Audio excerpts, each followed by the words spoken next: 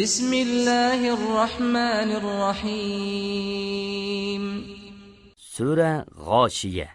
Nihoyat shafqatlik va mehribon Allohning ismi bilan boshlayman. Hal ataka hadithul ghashiyah. Ey Muhammad, sana haqiqatan qiyomatning xabari keldi. Wujuhun yawma idin khashi'ah. Bu kunda nurg'un odamlar xor bo'lg'uchidir. Amilatun nasibah. Ular dunyoda gunoh qilg'uchilardir. Oxiratda jafo tortquchilardir. Tasla naran hamiyatan. Ular harorati qattiq do'zaxga kiradi. Tusqa min aynin aniyah. Suvlari qaynab turgan buloqdan sug'uriladi. Laysa lahum ta'amun illa min dari'. Ular uchun zardin, ya'ni badbuy, ochiq tikandin boshqa yemeklik bo'lmaydi. La yusminu va la yughni min ju'. Zari kishini samritmaydi, ochliqni pasaytmaydi. Wujuhun yawma idin na'imatul. Bu kunda nurg'un kishilar borki, ular ne'mat bilan xushaldir.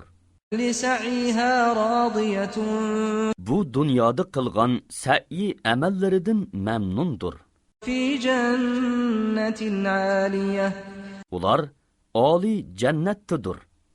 La tasma'u fiha laghiyatan. U yerda yomon so'z anglamaydi.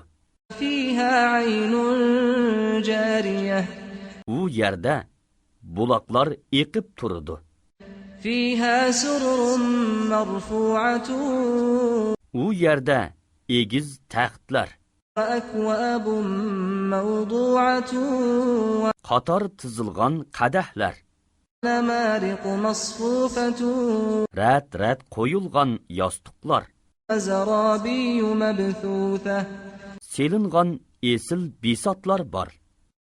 Afala yanzuruna ila al-ibli kayfa khuliqat. Ular qaramamduki, to'gilar qandoq yoritildi. Wa ila as-samaa'i kayfa rufi'at. Osmon qandoq egiz qilindi. Ila al-jibali kayfa nusibat. Tog'lar qandoq turg'izildi. Wa ila al-ardi kayfa sutihat. Zemin qandoq yeyitildi. Fadhakkir innama anta mudhakkirun. Sen ularga vaz nasihat qilgin. Sen faqat ularga vaz nasihat qilg'uchisan. Lasta alayhim bimusaytir. Sen ularga musallat, ya'ni ularni iymonga majburlug'uchi emassan. Illa man tawalla wa kafar. Lekin kimki vaz nasihatdan yuz o'rib Allohni inkor qiladi ekan, Fayu'adhibuhu Allahu al-'adhab al-akbar. Alloh uni qattiq azoblaydi. Inna ilayna iyabahum. Ular o'lgandan keyin haqiqatan bizning dargohimizga qaytadi. Thumma inna alayna hisabahum. Ondan ulardan hisob elishqa biz mas'ulmiz.